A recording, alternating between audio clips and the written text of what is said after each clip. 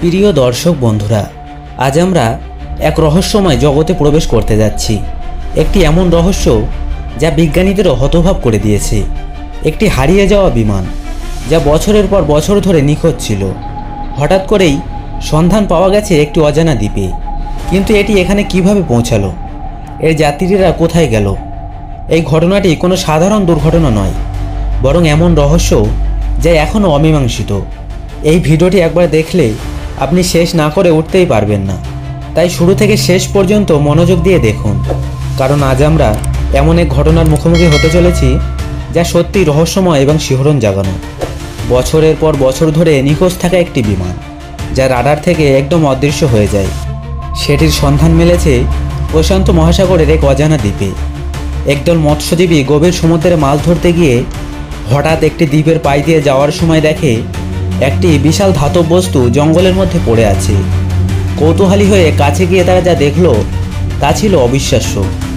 একজন জেলে তার মোবাইল ফোনে ভিডিও ধারণ করে, যেখানে দেখা যায় বিমানটির সামনের অংশ গাছপালায় ঢেকে গেছে। দরজা খোলা, কিন্তু ভেতরে কেউ নেই। বিমানের চারপাশে ছড়িয়ে রয়েছে কিছু ছেঁড়া কাপড় এবং ল্যাগেজ, কিছু পুরনো নথিপত্র যেগুলোর বেশিরভাগই নষ্ট হয়ে গেছে। প্রাথমিক তদন্তে জানা গেছে এই বিমানটি ছিল ফ্লাইট 914, একটি রহস্যময় বিমান যা 1971 সালে দক্ষিণ আমেরিকার একটি এয়ারপোর্ট থেকে উড্ডয়ন করেছিলেন এবং এরপর হঠাৎ করেই রাডার থেকে অদৃশ্য হয়ে যায়। ফ্লাইট 914 ছিল একটি যাত্রীবাহী বিমান যেখানে প্রায় 90 জন যাত্রী ও 4 জন পুরুষ সদস্য ছিলেন। এটি নির্ধারিত সময়ে গন্তব্যের উদ্দেশ্যে উড়েছিলেন, কিন্তু মাত্র 45 মিনিট পরই এটি রাডার থেকে হারিয়ে যায়। কিন্তু বহু বছর ধরে বিমানটি খোঁজা হয়েছে, কিন্তু কোনো সন্ধান পাওয়া যায়নি।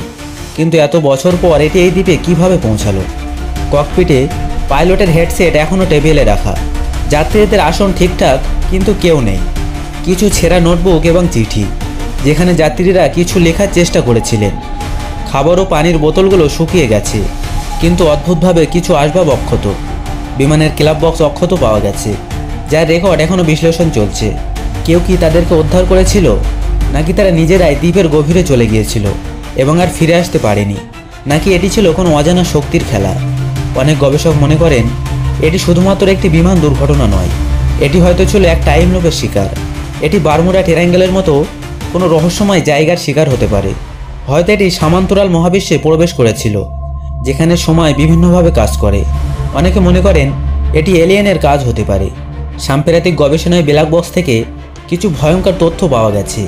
উড্ডয়নের পর পাইলট বারবারই কন্ট্রোল টাওয়ারের সাথে যোগাযোগ করার চেষ্টা করেছিলেন, কিন্তু হঠাৎই সব সিগন্যাল বিচ্ছিন্ন হয়ে যায়। এরপর 30 সেকেন্ডের জন্য এক রহস্যময় শব্দ শোনা যায়, যা আজও বিজ্ঞানীরা ব্যাখ্যা করতে পারেনি। ফ্লাইট 914 এর পাইলট শেষবারের মতো একটি কথায় উচ্চারণ করেছিলেন, আমরা কোথায় আছি? এই রহস্যের উত্তর এখনও পুরোপুরি খুঁজে পাওয়া যায়নি। তবে বিশেষজ্ঞরা মনে করেন এই দ্বীপটি কোনো অজানা শক্তির দ্বারা নিয়ন্ত্রণ হতে পারে। কিছু বিজ্ঞানী মনে করেছেন এই দ্বীপ হয়তো সময়ের একটি ফাঁদ যেখানে বিমানটি প্রবেশ করেছিল। এটি হয়তো এমন এক অঞ্চল যেখানে মানুষের প্রবেশ নিষিদ্ধ, বা হয়তো এটি একটি নিছক দুর্ঘটনা, কিন্তু যাত্রীদের কোনো চিহ্ন নেই কেন? আপনি কি মনে করেন, এই ঘটনা কি শুধু একটি দুর্ঘটনা, না সত্যি এখানে অন্য কোনো শক্তি কাজ করেছে? কমেন্টে আপনার মতামত জানাতে ভুলবেন না। আর এমনই রহস্যময় ভিডিও পেতে আমাদের চ্যানেলটি সাবস্ক্রাইব করুন এবং শেয়ার করতে ভুলবেন না।